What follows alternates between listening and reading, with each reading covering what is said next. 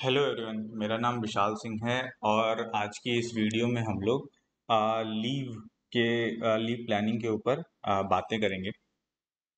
तो जैसा कि आप सभी लोग जानते हैं कि अपने जो फेस्टिवल्स हैं वो अब आ ही चुके हैं। जस्ट कुछ दिनों में ही शुरू होने वाले हैं। तो इस टाइम पे जनरली क्या होता है कि ज़्यादा लोग जाना चाहते हैं घर पे।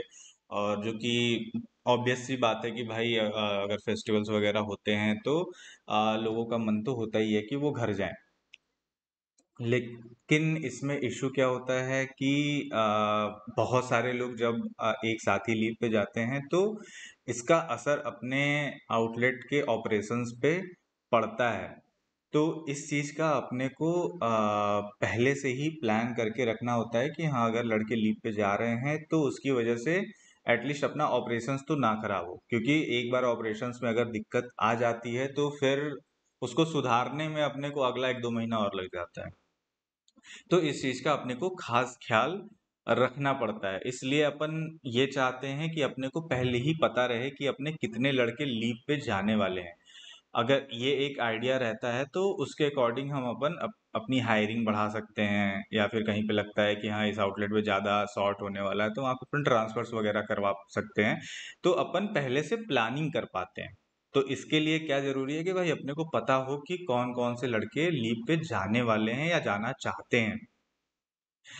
और इसलिए अपन ने कुछ कुछ करा है। बेसिकली जो लीव के रूल्स थे उसमें अपन ने कुछ चेंजेस करे थे। जो अभी करंट रूल था, जो अभी चल रहा था, उसमें ऐसा था कि एक आउटलेट से एक ही सिर्फ लीव अप्लाई कर पाता था। तो इस केस में क्या होता था कि लोग बिना बताए ही लीव पे चले जाते थे और फाइनली उसकी वजह से अपना काफ़ी सारा ऑपरेशंस पे असर आ जाता था, आउटलेट फट जाते थे और बहुत सारा सेल्स का नुकसान उसकी वजह से हो जाता था। तो इस चीज़ में अपन ने एक छोटा सा चेंज करा। अब अपन ये कह रहे हैं कि भाई एक आउटलेट से एक से ज़्यादा सेस भी लीव लगा सकते हैं। लेकिन लीव तो आप लगा लोगे, लेकिन इसका ये मतलब नहीं है कि लीव आपकी अप्रूव हो जाएगी। वो पेंडिंग स्टेट में ही रहेगी। अगर अप्रूवल कब मिलेगा? पहला तो अगर किसी आउटलेट पे ऐसा है कि हाँ, वहाँ पर कोई दिक्कत नहीं होने वाली है, अपने पास इनफ सिर्फ अवेलेबल हैं, तो वहाँ पर तो लीव अप्रूव हो जाएगी बिना किसी दिक्कत के। लेकिन अगर कहीं पे लगता है कि भाई आपके जाने से उस आउटलेट में दिक्कत होने वाली है, कहीं से भी कोई दिक्कत आने वाली है, तो इस केस में भाई फिर आपका जो सिटी लीड होगा वो आपको कॉल करेगा, समझेगा क्या कितना ज़रूरी है आपको लीव पे जाना, क्या काफ़ी अर्जेंट है, एकदम इम्पोर्टेंट ही है कि हाँ भाई शादी वगैरह आपके आपकी है, या फिर आपके क्लोज में किसी की है, रिलेटिव की, या फिर कोई और रीजन है जिसकी वजह से आपको जाना ही जाना है। तो इस केस में भाई सिटी लीड आपसे रीजन समझेगा। अगर रीजन नॉन जेन्युइन है तो इस केस में भी आपको ये ऑप्शन तो मिलेगा ही कि आप ठीक है उस समय पर मत जाओ, किसी और टाइम पे चले जाओ आगे। कुछ एक एक हफ्ते 10 दिन जब लड़के लीव से आ जा रहे हैं उसके बाद आप चले जाओ, ताकि कोई ऐसा ऑपरेशंस में दिक्कत ना आए। तो एक आपके पास तो ये भी रहेगा ऑप्शन कि आप लीव का डेट चेंज कर लो। दूसरा क्या होगा कि भाई अगर जेन्युइन है कोई कि हाँ एकदम जाना ही है, तो उस केस में भाई फिर सिटी लीड प्लान करेगा। कोई या तो आपको किसी और आउटलेट पर ट्रांसफर कर दे, इस आउटलेट पे कोई और लड़का लेके आए जो उस समय लीव पे ना जाए, जब कई सारे लड़के लीव पे जा रहे हैं तो सिटी लीड प्लान करेगा, प्लान करके फिर आपकी लीव को अप्रूव करेगा।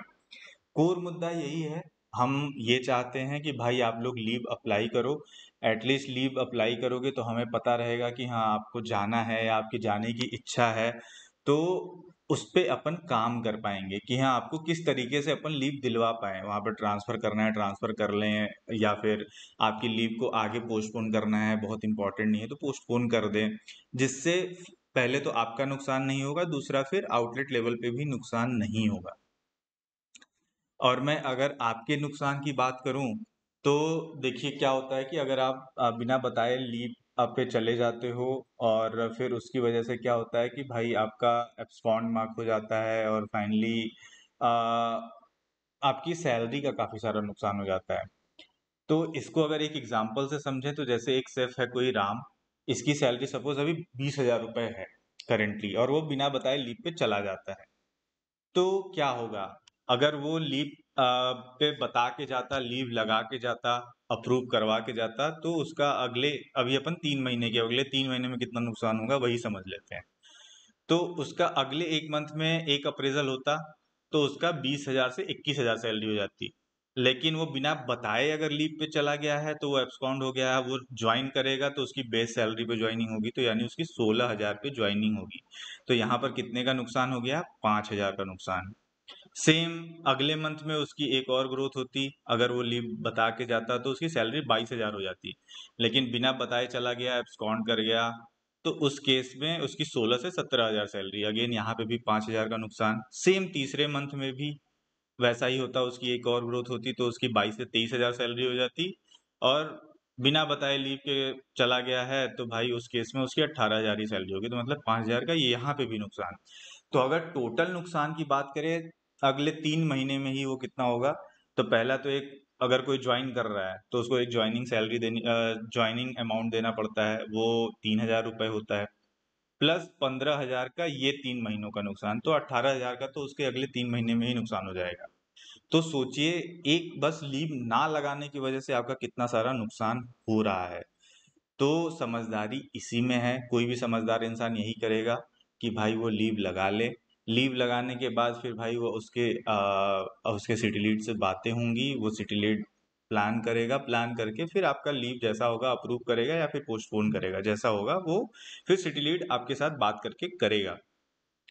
तो ये पूरा यार लाने का यही पर्पस था कि भाई लोग लीव पे जाना है तो वो बताएं, एटलीस्ट हमको बताएं तो सामने से, ताकि हम उस पे काम तो कर पाएं, जिससे ना आपका नुकसान हो और ना ही फिर कंपनी लेवल पे नुकसान हो, अपन पहले से प्लान कर पाएं।